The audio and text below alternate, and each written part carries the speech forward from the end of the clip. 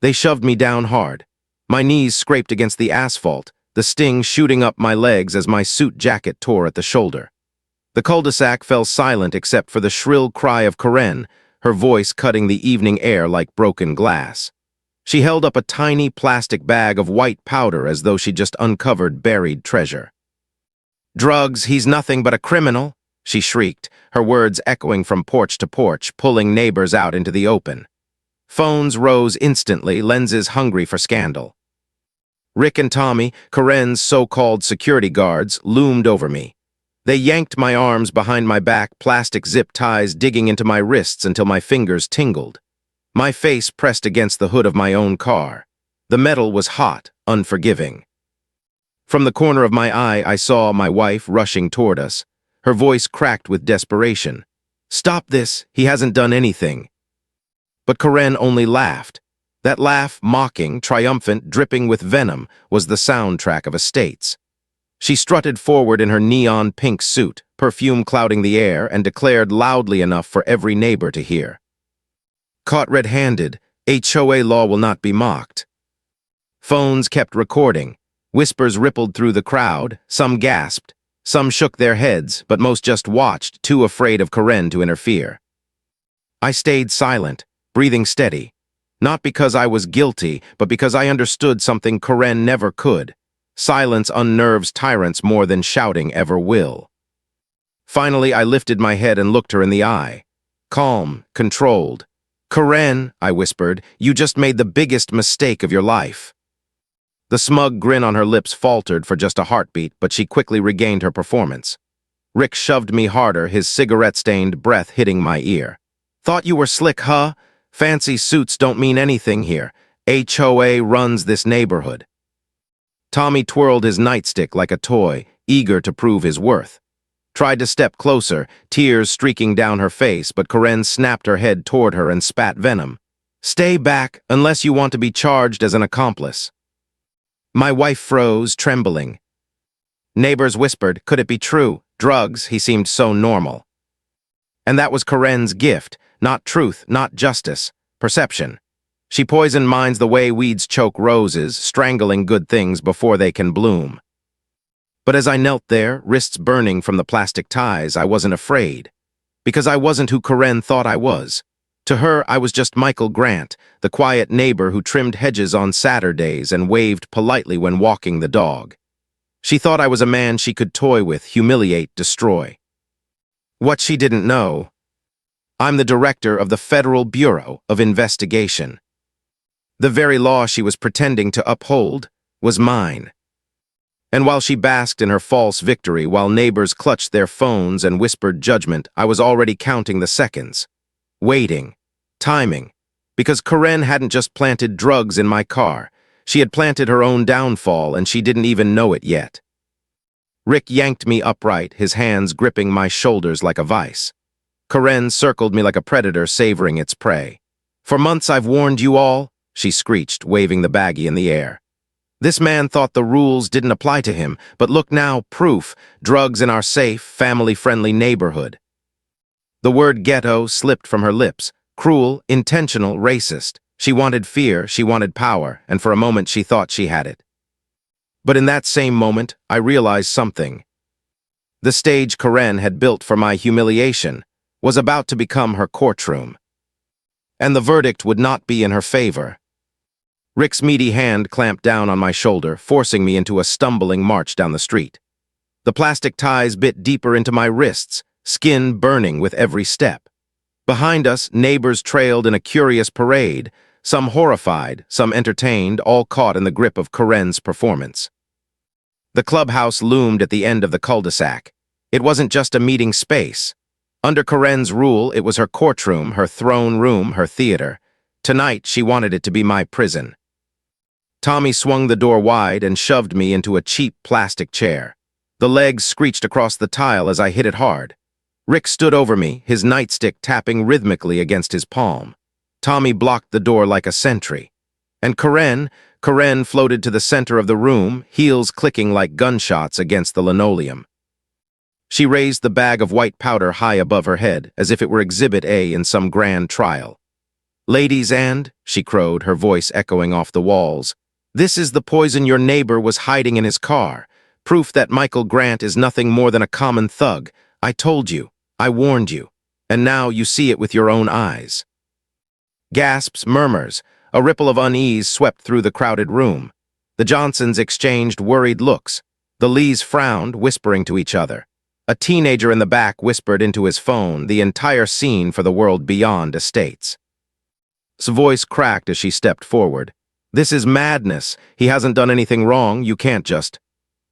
Karen spun, finger jabbing like a dagger.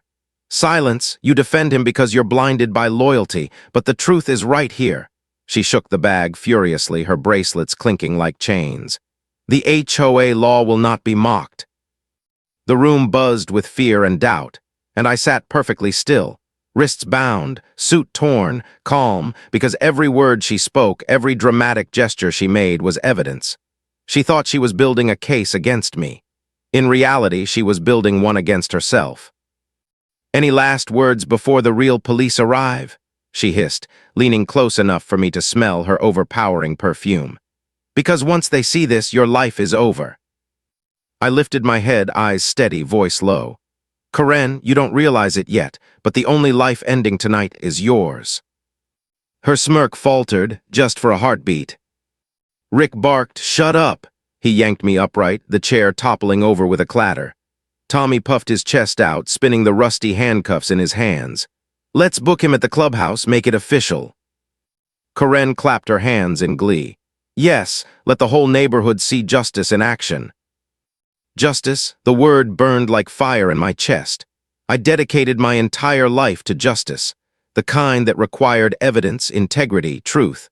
What Karen offered was mob rule wrapped in neon fabric and arrogance. They shoved me back into the chair. The crowd leaned closer, some eager, some skeptical, some clearly beginning to doubt. Karen paced back and forth like a deranged prosecutor. He thinks he's better than us.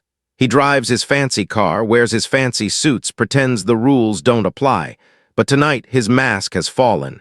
Nobody is above HOA law. Sighs found mine, pleading, desperate, say something, end this. But I stayed silent because timing was everything, and Karen hadn't buried herself deep enough yet.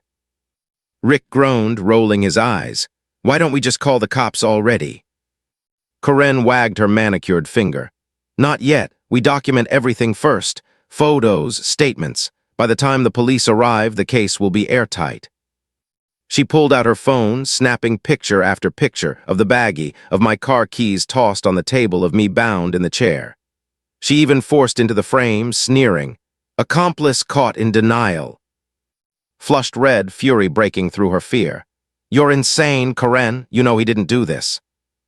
Karen smirked, lowering her phone. Funny thing about evidence, it doesn't matter what you think. It matters what they see.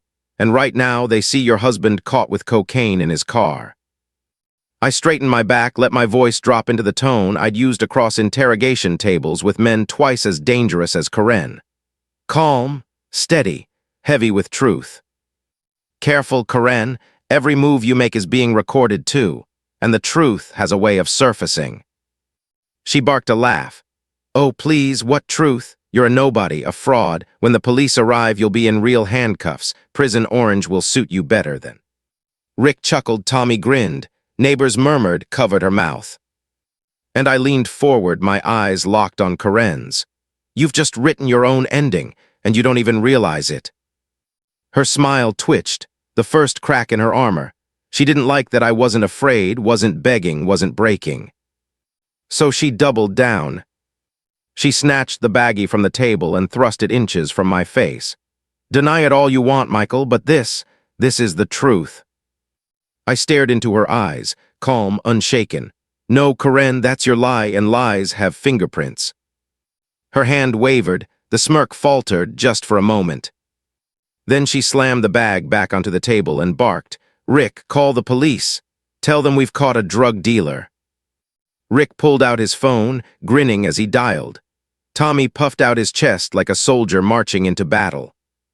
The neighbors pressed closer, waiting for the climax. His voice pierced the tension, raw with anguish. Stop this, he hasn't done anything. Karen whirled on her, voice shrieking with manic glee. He's guilty, guilty, I am the law here. The room froze. Even Rick and Tommy exchanged uneasy glances. The neighbors whispered, "She can't say that, she's not the law." But Karen didn't hear them, couldn't hear them. She was drunk on power, blind to how her arrogance was unraveling her facade. And me, I sat there, wrists bound, calm as stone, because I knew something Karen didn't. The longer she ranted, the deeper the grave she dug. And soon, very soon, her stage would be invaded by actors she hadn't invited. The air inside that clubhouse felt thick, suffocating. Sweat, perfume, and fear mingled into something almost tangible, clinging to every wall, every nervous whisper. I sat bound in that flimsy plastic chair, the cheap zip ties biting into my wrists, while Karen paced like a peacock on parade. Her pink suit practically glowed under the fluorescent lights. She thrusted the bag of powder toward the crowd again and again, milking the moment like it was the climax of a courtroom drama. "Any minute now," she declared, her voice sharp enough to rattle glass. "The police will arrive. And when they do, this man's life will be over. Estates will be safe once again." The neighbors shifted uneasily. Some nodded, some whispered. A few looked away. Doubt was seeping in slowly, but it was there. And then fate intervened. As Rick leaned down to gloat, his smirk inches from my face, something slid across the tile floor. A small black wallet, leather-worn but polished, slipping from my briefcase that Karen's thugs had tossed carelessly to the ground earlier. It landed in plain sight, catching the eye of Mrs. Johnson in the back. She squinted, pointing, "Is that?" Karen's head whipped around, her eyes narrowing. She swooped down and snatched it up before anyone else could touch it. She flipped it open with the smugness of a magician revealing a trick. But instead of a driver's license or a credit card, her face drained of color. Embossed in silver on the black leather was the seal of the Federal Bureau of Investigation. Gasps rippled through the crowd. Whispers followed instantly. "That looks real, federal, oh my God." Karen's hand trembled. For the first time she stuttered. Then she forced a laugh, too sharp, too nervous. "Oh, please, a fake ID, probably ordered online, pathetic attempt to look important." But her voice cracked, and everyone heard it. Rick frowned, Tommy shifted, unease flashing in his eyes. The neighbors leaned in closer, their phones zooming, recording, feeding the storm. I finally spoke, my voice calm, deliberate, cutting through the tension like a knife. "Karen, you should have left it where it fell. Because now everyone in this room knows you're not framing some ordinary man." Her nostrils flared. "Silence," she barked, clutching the wallet. "You're nothing, a fraud." But before she could continue, the door burst open. Not police. 2 HOA committee members dragged in by the commotion outside. One of them, Harold, graying and respected, froze when he saw the badge in Karen's hand. His face blanched. That's a federal badge." Karen's laugh turned shrill. "Don't be ridiculous, Harold. He's a liar, a criminal. Look what I found in his car." She waved the baggie again, but the whispers had already changed their tune. "What if it's real? What if she planted it? She's gone too far this time." The tide was shifting, and Karen could feel it. I leaned back in the chair, letting the murmurs swell, feeding off the doubt. Timing, always timing. And then came the sound that turned doubt into certainty. Distant sirens. Karen smirked, trying desperately to regain control. "Perfect. They'll be here any second, and when they arrive, they'll see everything." But this time her words rang hollow, because the neighbors weren't looking at me anymore. They were looking at her, suspicion in their eyes, rebellion sparking for the first time. Seized the moment, she stepped forward, her voice trembling but clear. "Everyone here knows Michael. He's never broken a single rule. He's paid every fine, followed every ridiculous demand. And now Karen claims he's a drug dealer? Really? Does that sound believable to anyone?" A murmur of agreement rolled through the room. Harold crossed his arms, glaring at Karen. "This doesn't sit right, not one bit." Karen's mask cracked, her smile twitched. Her voice rose higher, more desperate. "Don't listen to her, don't listen to him. I am the HOA president. I know what's best for this community." But the louder she screamed, the more people pulled back, the more her kingdom slipped through her fingers. And then the final crack. My phone, confiscated and tossed carelessly onto the table, buzzed loudly. Every head turned. On the glowing screen, a secure encrypted call flashed. Carter, Deputy Director Carter, my second in command. Karen snatched it up, waving it like proof. Another fake contact, he's nothing but a con artist. But then, the phone unlocked automatically with facial recognition. And Carter's voice boomed through the speaker, filling the room with authority. Director Grant, Protocol 7 has been activated. Extraction Team en route. ETA 2 minutes. The room went dead silent. Karen dropped the phone like it had burned her hand. Rick and Tommy stepped back, their faces pale, their confidence gone. The neighbors gasped, some even laughing nervously, unable to believe what they were hearing. I looked straight at Karen, calm, steady. 2 minutes, Karen, that's all you've got left. Her hands trembled, her lips parted, but for the first time all night, Karen had no words. And in that silence, the queen of the HOA was no longer in control. She was cornered, exposed, and she knew it. The clubhouse had gone silent, too silent. Even the neighbors holding their phones lowered them, the weight of Carter's voice still ringing in the air. Protocol 7, Extraction Team, 2 minutes. Karen stood frozen under the fluorescent lights, her neon suit trembling like it had lost its glow. She twitched toward the bag of powder on the table, then pulled her hand back again as if she could somehow erase what everyone had just heard. Tick. The sound of engines shattered the silence. Low, guttural, unmistakable. Outside, tires screeched in perfect synchronization. 3 black SUVs swung into the cul-de-sac, doors slamming open in unison. Neighbors gasped, stumbling back, phones rising again to capture the impossible. And then they poured out. Men and women in tactical gear, dark blue jackets, bright yellow letters across their backs, FBI. This was Rick and Tommy's dollar store cosplay. This was the real thing, presence, authority, the kind that made hardened criminals fall to their knees.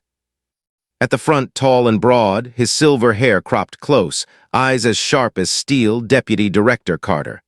My second in command, my brother in arms for over 20 years. He didn't walk into the clubhouse, he owned it. Agents fanned out behind him with precision, clearing the space, weapons holstered but hands ready. The crowd split apart like water around a ship. Carter's voice boomed. Director Grant, Extraction Team secure. Gasps, whispers, the neighbors' phones shot higher. Karen staggered back, pale as paper. D-Director. The room erupted. Some neighbors clapped hands over their mouths, others whispered furiously. A teenager, his eyes wide with disbelief. Hands flew to her face, tears pouring, relief and vindication all at once. Karen tried to laugh, but it came out as a broken choke. This is a trick, they're not real. Carter raised his badge high, his voice slicing through the chaos. Deputy Director Carter, Federal Bureau of Investigation, and the man you've assaulted, framed, and humiliated in front of this community, he pointed at me, is Director Michael Grant, head of the FBI. The neighbors gasped louder than ever. Some cheered, some cursed under their breath. Rick's jaw went slack. Tommy actually swore and tried to backpedal toward the door. But Karen froze. Her lips trembled. Her eyes darted, searching for an escape that no longer existed. Carter didn't stop. His words struck like hammers. We have multiple eyewitnesses, surveillance footage, your fingerprints all over that bag of powder. And thanks to your arrogance, we now have a live-streamed record of you planting evidence on a federal officer. He gestured toward the cluster of teenagers outside, their phones still rolling, broadcasting Karen's downfall to anyone who cared to watch. Karen's legs buckled. She clutched the table for support, whispering, No, this can't be. I stood slowly as an agent sliced through the zip ties on my wrists. I rubbed the marks into my skin, straightened my torn jacket, and adjusted my tie. Calm, steady. And then I stepped toward her. Karen, I said, my voice low but heavy enough to shake the room. You thought you ruled this neighborhood. You thought your power games made you untouchable. But you forgot one thing. Her lips trembled. What? I leaned close enough for her to see the certainty in my eyes. The law doesn't belong to you. It belongs to the people. And tonight, it's coming for you. The agents moved in. Rick broke first. He raised his hands, muttering, I didn't know, I didn't know. His voice cracked, his false bravado gone in an instant. Tommy dropped his nightstick and tried to slip out the back, only to be tackled and cuffed by 2 agents before he made it 3 steps. Karen clutched the bag of powder to her chest like a drowning woman clings to driftwood. This isn't mine. He put it there. He's the criminal. Carter arched a brow and signaled to an agent. The agent scanned the bag with a portable forensic device. Seconds later, the screen lit up. Fingerprints. Clear. Unmistakable.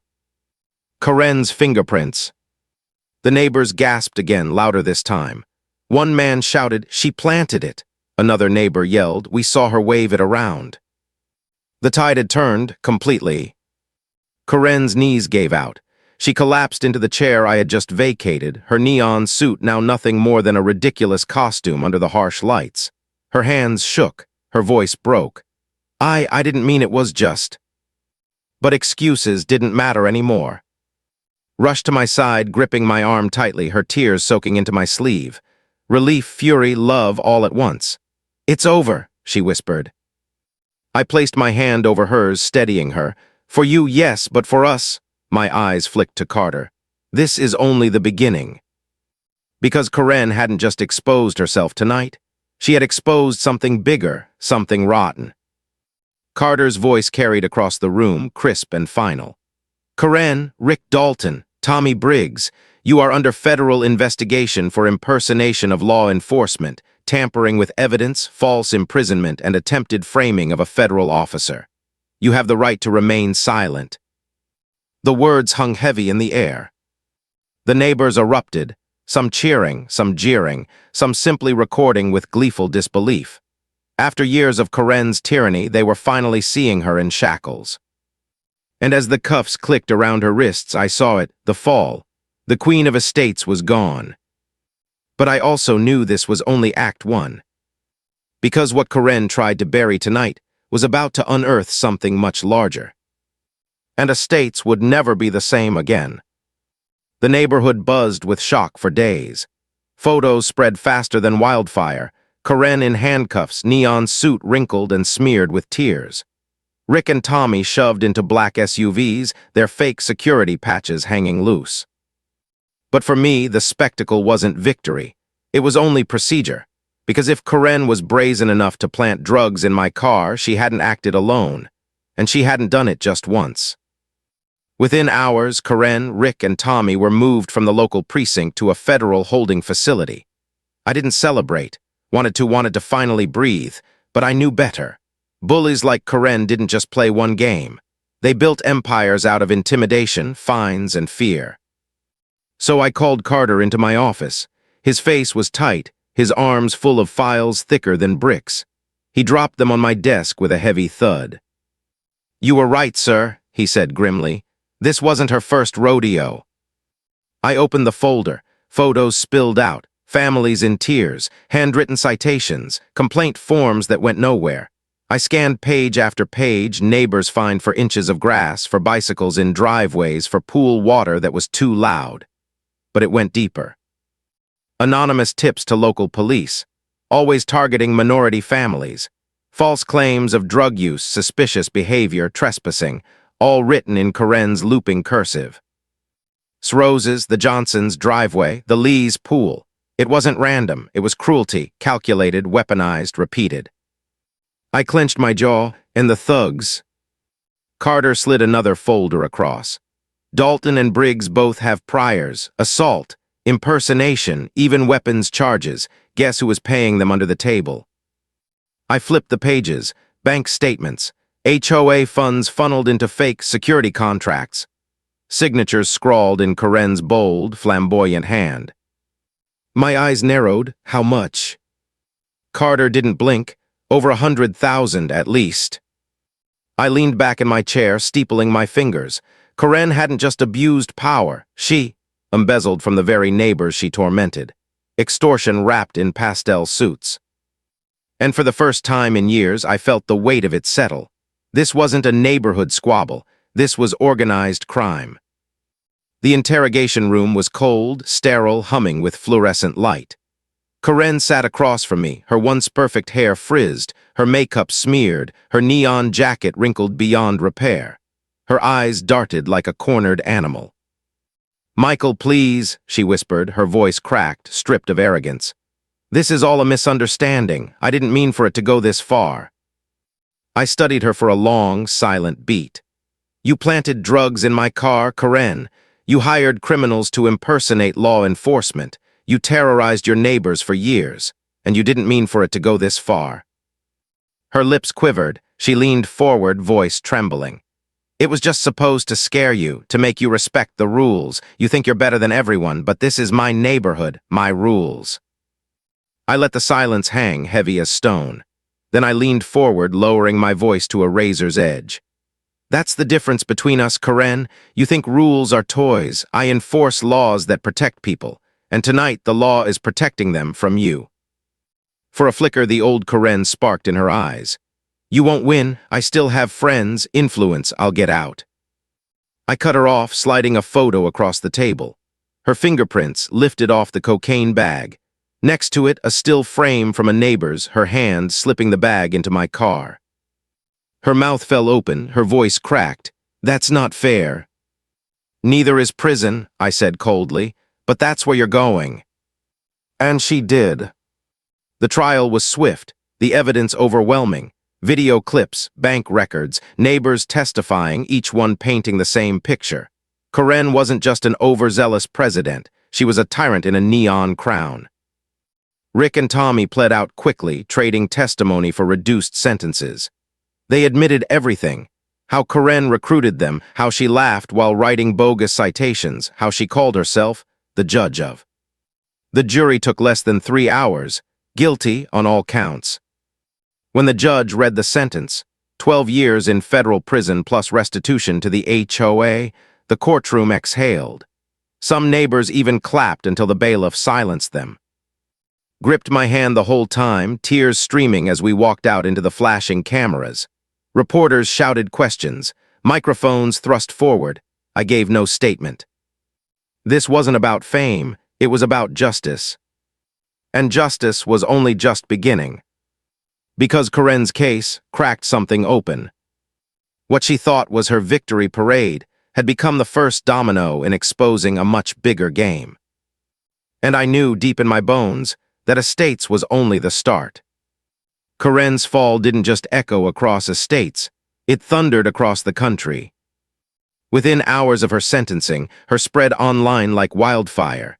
Neighbors who once cowered under her clipboard now forwarded screenshots of her in an orange jumpsuit with giddy disbelief. But outside our cul-de-sac, the world saw something bigger, a neon-suited tyrant finally exposed. Clips of her waving that cocaine bag like a victory flag went viral. Memes exploded. Karen pointing at the camera, "I am the law." Karen shrieking in her pink suit, "HOA justice." Late-night comedians couldn't resist. She became a symbol not of power but of arrogance brought low. And for me, it wasn't entertainment. It was a warning, because Karen wasn't an anomaly, she was a symptom. Within weeks, news vans lined our street, anchors breathlessly reporting how one suburban HOA scandal had exposed a rotten underbelly of abuse. Stories poured in from across the country, families bullied, citations forged, HOA presidents treating power like a crown instead of a responsibility. Congress took notice, hearings fast-tracked, and for the first time, lawmakers admitted on record what homeowners had whispered for years. Unchecked HOA power was a breeding ground for corruption. I sat before the Senate Judiciary Committee under bright lights, cameras rolling. Not as a victim, not as a man Karen tried to humiliate, but as a public servant. I spoke of the Johnsons fined $500 because their daughter left her bicycle in the driveway. Of the Lees nearly losing their pool permit because Karen claimed the water was too loud. Of Rose's vibrant, beautiful, cut down because of one cruel citation. I told them about fear disguised as community standards, about neighbors silenced by fines, threats, and false authority. Karen wasn't unique, I said, my voice steady. She was a symptom. If we want safe neighborhoods, we can't let symptoms metastasize into disease. The committee chamber was silent, not out of disinterest, out of shame. And when the vote came, it was unanimous. The Federal Neighborhood Accountability Act passed into law. A mouthful of a title, but a turning point all the same. From now on, HOAs would face federal oversight, transparency, civilian boards, penalties for impersonating law enforcement. The era of unchecked tyrants was over. Back in, the neighbors gathered for the first time in years without fear. No fines, no threats, just families carrying folding chairs and casseroles, children running free across lawns that weren't measured with rulers. We met on the green under the fading glow of a summer sunset. Mrs. Johnson raised her glass. To Michael, our neighbor, our protector, and apparently our FBI director. Laughter broke out, genuine, free. Squeezed my hand, smiling wider than I'd seen in months. And in that moment, surrounded by people no longer afraid, finally felt like home. But change didn't stop there. Neighbors pulled together not through fines or fear, but through donations. They erected a polished stone plaque at the end of the street. On it, engraved in simple letters. Truth always wins. Justice belongs to the people. I stood before that plaque one evening, his hand in mine, the sun dipping low, children's laughter echoing in the background. "It's finally over," whispered. I shook my head gently. Not over, but better, and that's enough. Because justice doesn't end with a conviction, it ripples. And Karen's ripples were only beginning. Estates had never been so quiet, not the suffocating silence that once blanketed the cul-de-sac under Karen's reign. No, this was a different silence, a peaceful one, a silence filled with small freedoms. Mailboxes leaned a little crooked now. Lawns grew a little wild. Children left bicycles scattered across driveways without fear of fines. It was imperfect, messy, alive. For the first time in years, it felt like living. Karen was gone. Sentenced, shackled, stripped of her faux crown. Her pink suits gathered dust in an evidence locker, her shrill voice muted by concrete walls and steel bars. Rick and Tommy, her loyal enforcers, were reduced to inmates trading war stories for commissary snacks. They weren't security. They were just numbers now. The HOA itself, dissolved, dismantled by federal auditors who combed through years of fraudulent records. What was once Karen's kingdom had been erased, like chalk washed away by rain. For most people, that was the end. Justice served, curtain closed. But I knew better. Justice doesn't end with a conviction, it must ripple.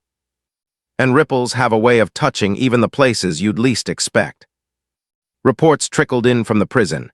Karen's letters, pages of accusations, denials, desperate claims that she was set up.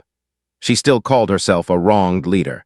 Still signed her name with a flourish, as if she were issuing citations from a cell.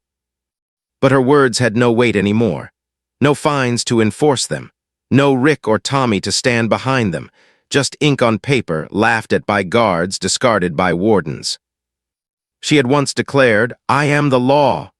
Now she was just another inmate insisting she was innocent, and the world had stopped listening. Back in, life blossomed. The roses had once cut down bloomed again, fuller, richer, more defiant than before. She tended them with quiet pride, her hands steady, her smile finally free of fear. Neighbors who had once shut their blinds now opened them wide. Families gathered on porches. Laughter carried down the street where once only Karen's shrill voice had ruled. We held block parties again. Birthdays, barbecues. The kind of simple joy Karen had stolen. I remember one evening in particular, the smell of grilled burgers in the air, children darting between sprinklers, neighbors sitting shoulder to shoulder at picnic tables. Someone joked, "Careful, Karen might fine us for the music being too loud." And instead of fear, the whole group erupted in laughter. That was the change, that was the victory. Because real power doesn't come from fines or citations or titles. It comes from community. From people choosing to live free, to live together, without fear of a neon-clad tyrant keeping score. I often found myself standing at the plaque at the end of the street. Truth always wins. Justice belongs to the people. Those words weren't just carved in stone. They were carved in us. Would slip her hand into mine, her smile soft. "Do you ever think of her?" she'd ask quietly.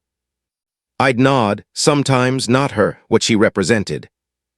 Because Karen hadn't just been a neighbor with too much hairspray and too little compassion. She had been a reminder of what happens when power goes unchecked, of what fear can make people accept, and of what courage can overturn. Karen thought she had planted my downfall when she slipped that bag into my car. What she really planted was her own, and in her failure something stronger grew in her place: resilience, community, freedom. She was gone, but what she left behind was chain. If there's one thing this ordeal taught me, it's that power reveals character. Some people, when handed even the smallest slice of authority, use it to build, to protect, to uplift. They see rules as guardrails meant to keep us safe, not weapons meant to keep us scared. And then there are people like Karen, people who twist power into chains, who treat neighbors like pawns, community like a crown, rules like shackles. She thought fines made her strong. She thought fear made her respected. She thought impersonating law made her untouchable. But lies don't last. Fear doesn't last, not when the truth is steady, not when justice has patience. Karen's voice once echoed through every street of estates. Now her silence echoes louder. She screamed, "I am the law." But today her pink suits rot in evidence lockers, her throne replaced by a steel bunk. Meanwhile, the voices she tried to silence, voices of neighbors, of families, of children, fill the air again. Laughter where there was fear, roses blooming where there was cruelty, music playing where there was silence. And that's the truth about power. It isn't the loudest voice. It isn't the neon suit or the clipboard or the fake badge. Real power is quieter, it's resilience, it's patience. It's the courage to wait, to endure, to strike when the time is right. Karen thought she planted drugs in my car. What she really planted was her own downfall. And if you're watching this, maybe your Karen isn't an HOA president. Maybe it's a boss who thinks intimidation is leadership, a neighbor who thrives on fear, a politician who wields rules like chains. Or maybe it's your own doubt whispering that you'll never rise. Whoever your Karen is, remember this. Justice might take time, but it always finds its way. The truth might be buried, but it never dies. And when the moment comes, when the lies collapse and the truth stands tall, you'll realize the strongest weapons you've ever had were patience, integrity, and resilience. Karen wrote my downfall, but all she did was author her own. So I'll leave you with this. What's the biggest Karen you've ever faced in your life, who tried to break you but only ended up breaking themselves? Drop it in the comments, share your story, because the more we tell these stories, the more we remind the world of one thing. Justice doesn't whisper, it knocks. And sometimes it doesn't just knock. It kicks the door down. If you enjoyed this story, don't forget to subscribe and join us for the next mystery on HOA Hunter Stories.